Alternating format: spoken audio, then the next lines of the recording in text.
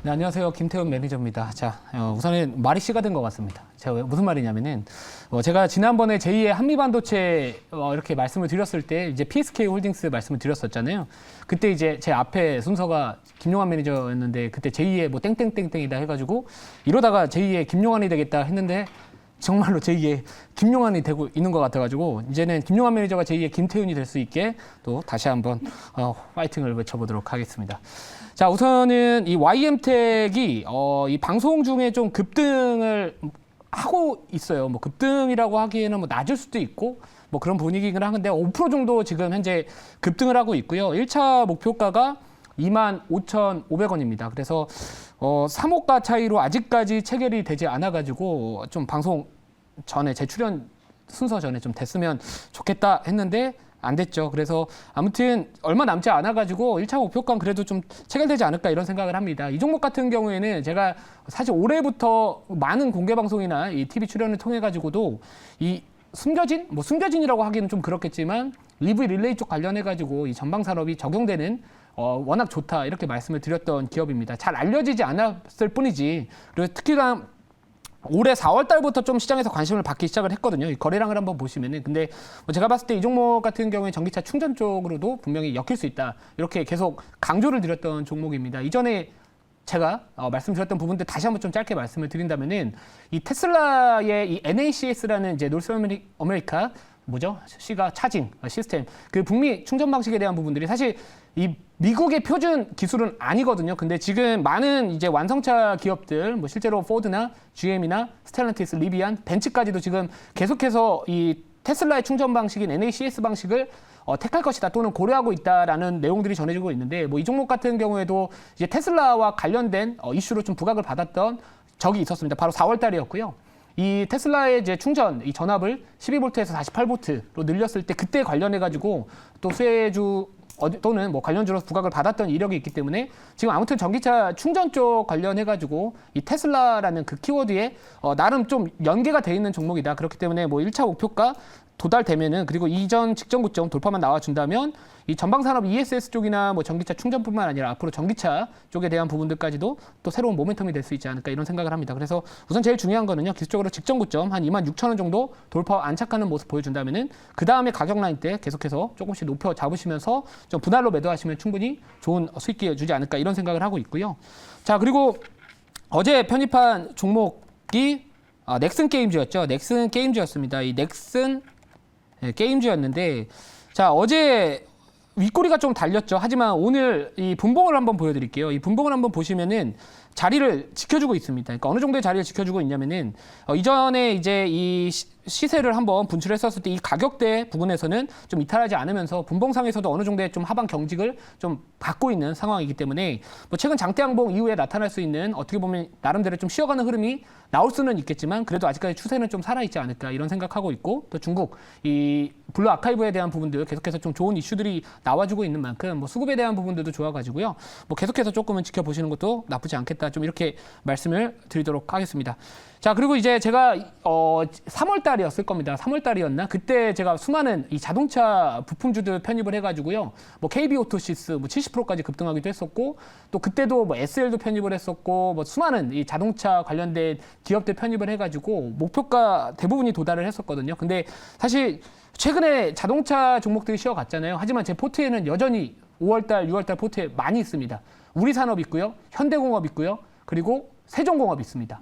자, 그리고 오늘도 그래서 지금 제가 투잡을 뛰고 있습니다. 반도체 오빠하고 자동차 오빠 투잡 뛰고 있는데 최근에 반도체 오빠로 살짝 조금 먹고 살았다면 이제 자동차 오빠로 다시 좀 가야 되지 않을까 좀 이런 생각을 하고는 있는데 반도체는 살짝은 쉬어갈 수 있을지라도 추세는 여전히 저는 죽지 않았다 이런 생각을 여전히 하고는 있습니다.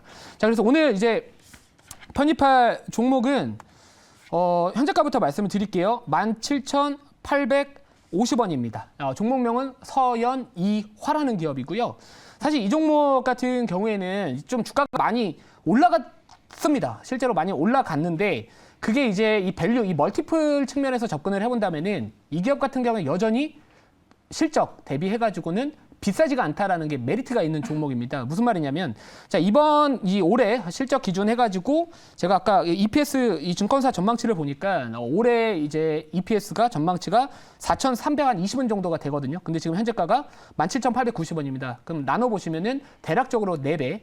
초반 수준에서 나와주고 있기 때문에 뭐 어느 정도 지금 이 현대차가 이번에 어제 같은 경우에도 계속해서 이슈가 나왔던 게 뭐였냐면은 100조 이상 10년간 뭐 아무튼 투자를 하겠다. 아무튼 이런 이야기들이 나왔고 이 종목 같은 경우에는 이제 고객사 매출 비중을 보시면 현대차 그룹 자체가 워낙 거의 90%에 가까운 매출 비중을 차지를 하고 있기 때문에 결국에 장치 산업 같은 경우에는 이제 고객사나 이 전방 산업 내에서 설비 투자가 선행이 되어야 됩니다. 근데 그 부분이 아무튼 지금 현대차에서 앞으로 10년간 100조 원 이상의 투자를 하겠다라는 부분들이 전해진 만큼 결국에는 오히려 단점이었던 부분들이 고객사가 치우쳐져 치중이 되어 있다는 겁니다. 근데 반대로 현대차가 지금 어떻게 보면 오늘 자동차 관련된 기업들의 주가 상승을 견인했던 키워드이기 때문에 그동안에 이 고객사 한쪽에 좀 치우쳐져 있다는 부분들이 오늘 같은 경우에는 오히려 장점이 될 수 있지 않을까 이런 생각을 하고 있습니다. 자, 그래서 이 동사 같은 경우에도 이전에 뭐 차량용 반도체 공급난이나 아니면 전반적인 물류비 상승으로 인해 가지고 수익성이 좀 안 좋았다가 최근에 이 자동차 쪽이 이제 환율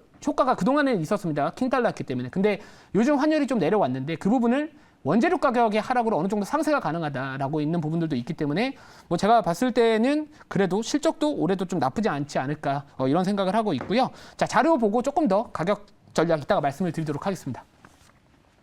자, 한번 실적을 한번 보시면은 자, 우선은 이 매출액에 대한 부분들 내용 성장은 지속적으로 계속 잘 유지를 하고는 있습니다. 하지만 이 수익을 한번 보시면은 자, 2021년도 이제 흑전을 했고요. 그 이후에는 수익성이 조금 떨어졌다 올라갔다 왔다 갔다 반복을 하고 있는데 결국에 이제 물류비가 내려오고 있고 원재료 가격이 떨어지고 있다라는 부분들, 그러니까 비용 자체가 좀 떨어지고 있기 때문에 지금 영업이익률 자체도 계속해서 좋아지고는 있는 상황입니다. 또 게다가 아까 제가 말씀드렸듯이 자, 2023년도 실적 이 EPS 같은 경우에는 4,322원으로 여기서 지금 이야기를 하고 있는데 지금 현재 주가에 대입을 해보신다면은 PER이 한 4배 정도 초반이다라고 한다면 충분히 지금 이 현대차가 뭐 미국 쪽 시장에서 선방하고 있고요. 또 실제로 이 IRA 보조금 쪽 인플레이션 감축법 관련해서 이 보조금에 대한 부분들 때문에 최근에 점유율이 떨어졌지만 그 대응 자체를 계속해서 속도를 좀 내고 있고 설비 투자도 계속해서 지금 적극적으로 하겠다라는 부분들 자신감도 많이 표출을 하고 있기 때문에 뭐 그동안에 많이 올랐다가 지금 눌려 있는 상황에서 다시 한번 상승 파동을 만들어갈 가능성이 좀 그래도 좀 있지 않을까. 그리고 직전 저점 뭐 이탈하면은 손절하면 되거든요. 오히려 그게 손익비가 지금 상황에서는 조금 더 높다라고 생각을 합니다. 그래서 아무튼 이런 부분들 집중을 해보시면 좋을 것 같고요. 자, 다음 자료 볼게요.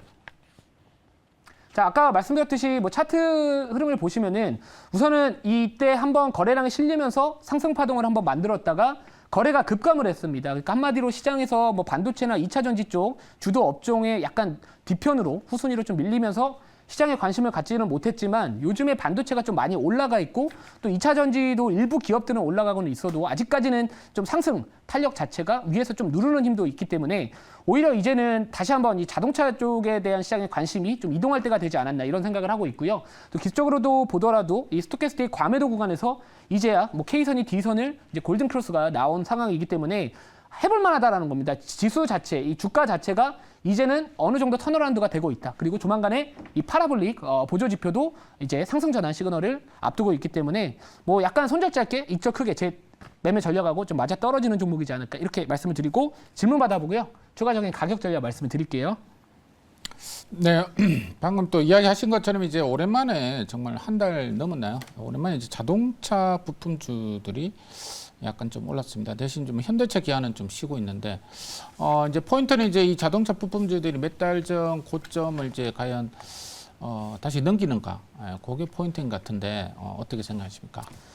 예, 저는 뭐 돌파는 가능하지 않을까 이렇게 생각을 하고 있습니다. 자, 그 이유가 뭐냐면은 뭐 물론 이제 환율에 대한 부분들이 우호적이지는 않고 있거든요. 왜냐하면 환율이 좀 많이 떨어져 있죠 이전보다는. 근데 아무튼 아까 말씀드렸던 이런 원재료나 그리고 이런 물류비에 대한 부분들도 있고요. 그리고 제일 중요한 거는 현대차의 주가의 차트를 한번 보시면은 제가 봤을 때 지금 자리도 사실 현대차의 주가의 자리도 나쁘지가 않거든요.